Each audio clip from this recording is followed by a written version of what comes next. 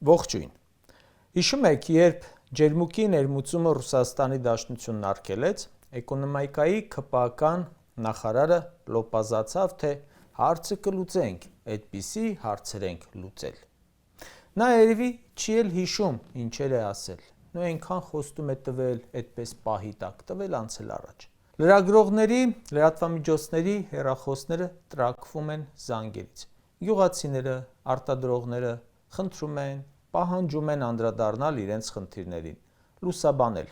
Լուսաբանում ենք իհարկե, բայց դա լուծում չի հարցին։ Պոմիդորը չի արտահանվում, պատճառը մեկն է՝ Նիկոլ Փաշինյան։ Երկրորդ պատճառ չկա։ 15,000 տոննա ձուկը մնացել է արտադրողի վրա, պատճառը մեկն է՝ Նիկոլ Փաշինյան։ Այլ պատճառ չկա։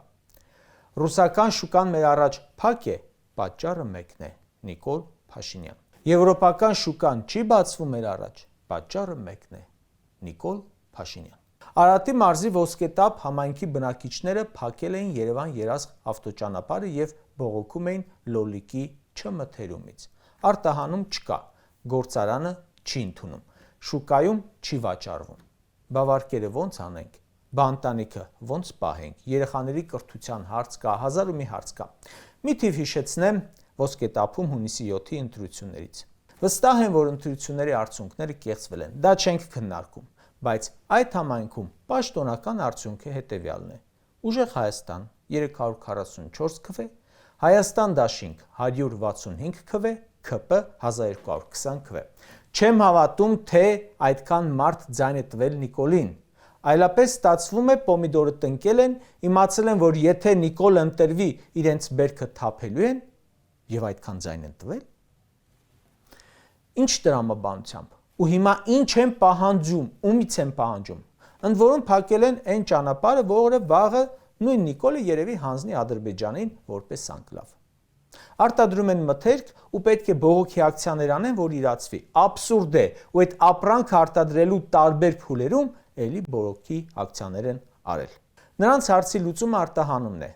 կամ որ կառավարությունը փոխհատուցի վնասը, ասի, այս փողը վերցրեք, բերքի հետ արեք ինչ ուզում եք, թեկուզ թափեք։ Երկուսն էլ չի անում։ Էկոնոմիկայի նախարար աշխատողը դեռ ոչինչ չի առաջարկել պոմիդոր աճացնողներին, փոխարենը գրել է, թե այս տարվա հունիսի 1-ից հուլիսի 19-ին արտահանվել է 7654 տոննա ծիրան։ Հետն էլ ինչ-որ իհարկե հումոր է արել։ Նախորդ հունիսին 24000 տոննա է արտահանվել, այս տարվա հունիսին ու հուլիսի առաջի 20 օրը միասին ընդամենը 7600 տոննա, 70%-ով պակաս։ Այդ տարբերությունից իհարկե չի խոսում։ Այս իշխանությունը իր էկոնոմիկայի նախարարով ոնց որ ֆեյքերի ֆաբրիկա լինեն։ Սրանց համար կարևորը աշխատանքի իմիտացիան է։ Գրում է. հայկական ծաղիկները մտան Միացյալ Էմիրատների շուկա, մասնավորապես Դուբայ։ Ուսումնասիրում ես, պարզվում է նախորդ տարի են մտել, դրանից առաջ են մտել, եւ ուրեմն ինչու է տպավորություն ուզում թողնել, թե պատմության մեջ առաջին անգամ հայկական ծաղիկը մտավ այդ շուկա։ Ասում է հայկական ծիրանը կարող է արտահանվել Եվրամիություն։ Կարող է արտահանվելը վերացական խոսք է, իսկ որքան է արտահանվել։ Հունիսի թվերը նայում ես, ոչ մի գրամ։ Այս սրանից չի խոսում։ Հայկական ապրանքը մտավ այսինչ շուկան, շատ լավ վերնագիր է իհարկե, բայց սուտ։ Հիմա ձեր ուզածը ո՞րն է, լուծել խնդիրը, թե հայտարարել իբր լուծել եք։ Ասենք հայտարարեցիք, կառավարության նիստում էլ որոշում կայացրեցիք, թե հայկական ձկնամթերքը կարող է հասնել Եվրոպա։ Որոշները ծափ տվեցին, բայց արտահանումը չեղավ։ Ում համար են այդ ստերը։ Ասում են կարող են արտահանել Եվրոպա։ Պարզվում է Հայաստանում անգամ լաբորատորիա չկա, որի ստուգած չափանիշերը Եվրամիությունը ընդունի։ Բայց եթե ստեղծել այդ լաբորատորիաները, ասենք ձկնամթերքը ստուգելու համար, մեկ է ճանապարհն է երկար, կերնել է թանկ եւ այլ ծախսեր գումարում ես ու դառնում է ոչ մրցակցային։ Անկամ վարորդների խնդիր կա, որ տեղափոխեն։ Ռուսական շուկայում խնդիր չեն ունեցել։ Ձկնարտադրողներն ասում են, որ չեն ճանաչում այդպիսի մեկին, որ արտահանել է եվրոպական շուկա։ Շուկա չկա, այնպես չէ, որ հենց ուղարկեցիր Եվրամիություն վաճառվեց։ Նախ պետք է հələ ծանոթացնես, թե ինչ բան է հայկական ձուկը ու ինչու պետք է թանկ վճարեն այդ ձկան համար։ Իդեպ 2025 թվականից Հայաստանը կարող էր արտահանել Եվրամիության անդամ երկրներ ջրային կուլտուրաներ, թեփուկավոր ձկներ եւ դրանց արտադրանք։ Ինչ են արտահանել։ 1.5 տարի առաջ դեռ ունեցել եք հնարավորություն։ Ինչ արել կառավարությունը։ Ձկնաբույսների 90%-ը բողոքի ակցիա անում այսօր։ Ասում էր միլիոնավոր դոլարների կորուստ ունեն։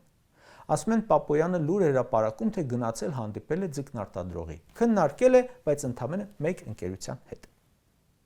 Մյուսների պես ձուկ արտադրողներն էլ են ծանրագույն վիճակում։ Լիքը խոստումներ, զրո արդյունք։ Անգամ Եվրամիությունը իբր տված փոխհատուցումները որ կար, այն 50 միլիոն եվրո են տալիս, ինչ են տալիս, ռուսական շուկայի սահմանափակումների պատճառով վնասը մեղմելու համար։ Այդ գումարից էլ չեն ստացել ու չգիտեն ուր է հասել դա։ Միայն բիզնեսի մասին չէ խոսքը, ամեն բիզնեսում աշխատող կա, որ մնացել է առանց ապրուստի։ Սրանք փակում են բիզնեսներ, խլում են բիզնեսներ, փչացնում են հարաբերություններ ու ժողովրդին թողնում են առանց աշխատանքի։